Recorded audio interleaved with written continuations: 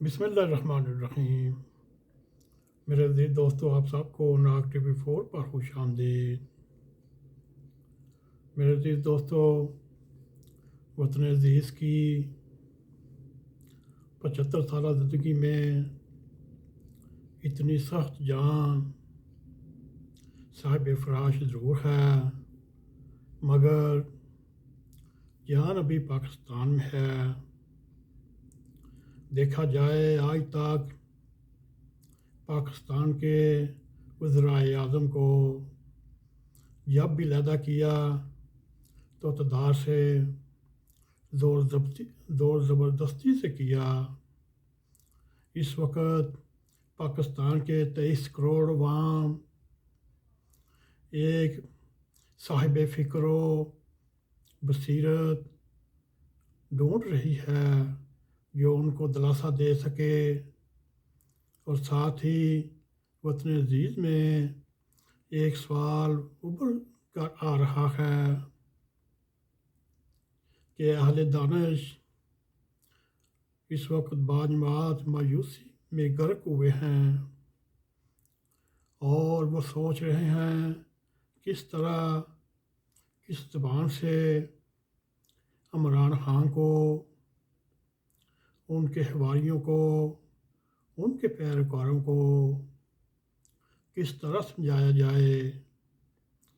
یہ سب پاکستان کو اپنے اصل مقام سے تارنا چاہتا ہے، اور اس عمران خان کے 3.5 سالہ دور میں داخلی بد انتظامی، کرپشن کی بدترین مثال رہا۔ آغاز سیاست سے اس نے اپنے آپ کو اسٹیبلشمنٹ کا مورا بن کر سیاست یا سیاستدانوں کے خلاف ایک ایسی انسان سوز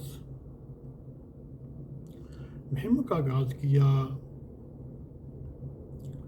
اور اس کی اوائل سیاست سے ہی غیر عینی سوچ کے زیر سایہ اپنی سیاست کو پروان چڑھایا۔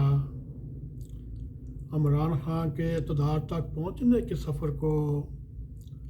قومی سیاسی عدم استحکام کو عروج پر پہنچانے اور بالآخر اقتدار کی کرسی پر ایسا بیٹھا پاکستان کے سارے شعبہ زندگی میں وطن پرستی کے ایسے پیچ ڈگلے کیے، اور آج تک وہ اپنی مزدوری گو عینی طریقے سے سامنے آئی، مگر اسٹیبلشمنٹ مہالت بیانے نے عمران خان کو اس مقام تک پہنچایا جس کی وہ تصور بھی نہیں کر سکتا تھا۔ میرے عزیز دوستو، 2014 میں اسٹیبلشمنٹ کا عزم اور عمران خان کو اقتدار میں پہنچانا، اور اس نے میڈیا کو بھی عمران خان کا ایک قیدی یا چلتا پھرتا محرہ بنا ڈالا، اور یوں گرفتار میڈیا نے عمران خان کے جھوٹے اور ذلت میں ایک بیانیے کو اجاگر رکھا، اور وہاں سیاستدانوں کی بلا تفریق کردار کشی میں بھی بہت کھل کر فراخ دلی سے کام لیا، اور جمہوری اداروں کو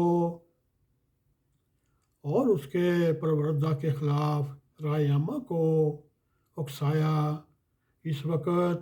2014 سے لے کر آج تک 8 سالوں میں عمران خان نے، چاہے وہ میڈیا ہو، چاہے وہ اس کی راہ میں کوئی رکاوٹ بنے، اس میں سب کو تہس نہس کر ڈالا، اور قربان جاؤں باب رحمتے کے اوپر اس کی مددگار عدالتوں نے بھی کھل کر اس کی سپورٹ دکھائی، اور خود کہہ کر درخواستیں دلوائیں سیاستدانوں کے خلاف، اور سپریم کورٹ کے شاندار فیصلوں سے جھوٹ کو سچ، سچ کو جھوٹ ثابت کرنے میں ہرگز رکاوٹ نہ بنے۔